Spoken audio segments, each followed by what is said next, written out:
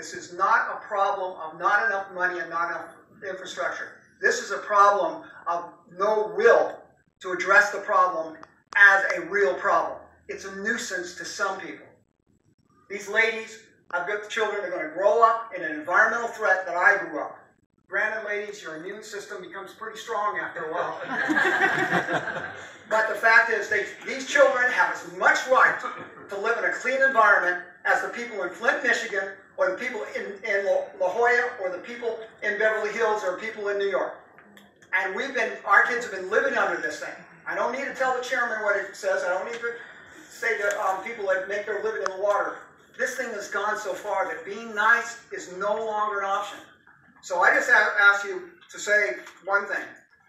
Why are we continuing to care more about having people like us rather than saying we don't like what's going on? And I'll be very blunt with you. I think the people of Tijuana really gave us a sight, Mr. Chairman, and they scare the hell out of everybody. But when the people of Tijuana were upset about gas prices, they were willing to go to the border and let the world know they were upset. They were willing to look like the bad guy to do something good. The fact is it depends on how far we're willing to go. If we're not willing to complain and willing to raise hell, these kids, children, are going to be living through the same thing. I appreciate it's your problem. I have to live with it, but you guys have got elected to do the job. And thank you very much for allowing this whole ID resident to be able to point my frustration. And with your help, I just hope again that you guys understand everybody finds excuses not to get something done.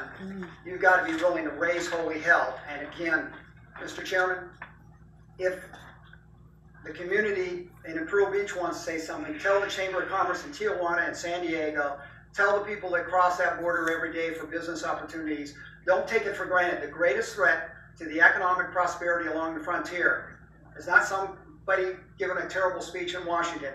It's this environmental problem, and eventually it's going to cause problems. Let them learn from what happened in Mexico last month. Thank you very much. I appreciate the privilege of speaking before you. Great. Thank you. Thank you.